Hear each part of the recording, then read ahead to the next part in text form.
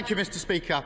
800 loyal British workers fired over Zoom, instantly replaced by foreign agency workers shipped in on less than the minimum wage.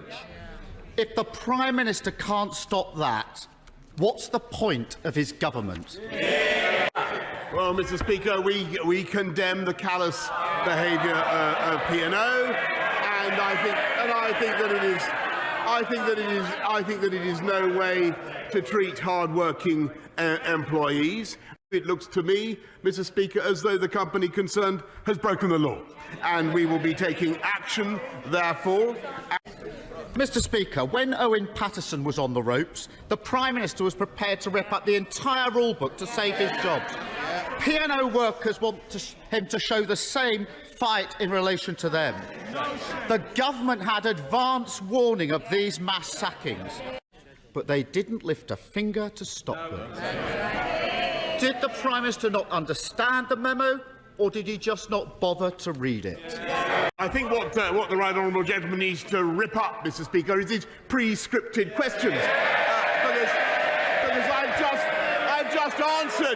I've just answered the question, and the point at issue, Mr. Speaker, is whether or not the government was properly notified. Since the Prime Minister came to office, P&O have received over £38 million of government contracts. Can the Prime Minister guarantee that these companies will not get a penny more of taxpayers' money or a single tax break until they reinstate the workforce? Mr. Speaker, I think what the House has already heard is that we are taking legal action against yes, we are. But if he's asking this government to do what Labour usually want us to do and actively pitchfork away investment around the country from overseas, Mr. Speaker, then that is not what we will do. We'll take him to court. We'll defend the rights of British workers. What we will not do, Mr. Speaker, is launch a wholehearted campaign, as they would want, against overseas investment, because that is completely wrong, and wrong for those workers, Mr. Speaker. Well, DP World must be quaking in their boots. The Prime Minister says how disappointed he is in them, whilst handing them £50 million. Prime Minister said about the law, speaking of hollow reviews, as the law stands, it's not illegal to pay seafarers below the national minimum wage. So when will the Prime Minister fix that gap in the law? Mr. Speaker, with great humility, I must ask the right honourable gentleman to listen to the answer that I gave to the first question. P&O's behaviour comes off the back of a string of fire and rehire cases. The Prime Minister keeps telling us just how opposed he is to fire and rehire.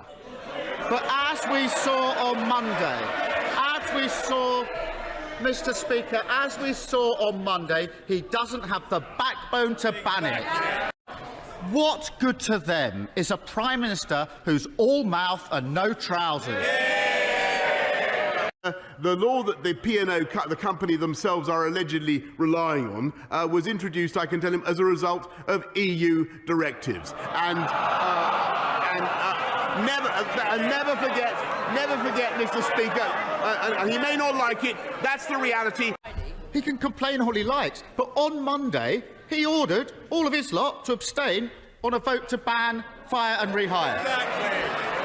And they all did. And then, Mr. Speaker, to add insult to injury, after the vote, his party posted a message saying that, where possible, they will look to find P&O workers new jobs. Pathetic. They don't want new jobs. They want their old jobs back. I've spoken to dockers, engineers, deckhands and sailors. They're all worried about what this means for them. Why does the Prime Minister think that they will take a crumb of comfort from his half-assed bluster and waffle today? Mr. Speaker, it's nice to see the Prime Minister back. I missed him last week. Fantasy Castle, perhaps Snow White too. Certainly girls, girls, girls were promised at a party. Less burlesque, more Berlusconi. According to a former minister, it seems the Prime Minister has been entertained at these bunga bunga parties, hosted by his close friend, a Russian oligarch. Given his many weaknesses, could leave him open to blackmail. Why does the Prime Minister think that MI6? Why does the Prime Minister? Why does the Prime Minister think that MI6 may not entirely trust him? Mr. Speaker, I'm afraid I missed. Last week I wasn't here to benefit from one of his elaborately confected questions. I admire his style, Mr. Speaker. I'm afraid I simply failed to detect any crouton of substance in the minestrone of nonsense that he just spoken. Former Treasury Minister Lord Agnew has described the Chancellor's failure on COVID fraud as one of the most colossal cock-ups in recent government management. We now know the Chancellor's failure has cost the country £11.8 billion, almost exactly the same as the amount national insurance is going to be increased on working people in the coming year. Does the Prime Minister think it is fair to demand working people pay the bill for the Chancellor's failures? Mr. Speaker, I remember him when he was doing planning at Islington Council, and a complete cock-up he made of that.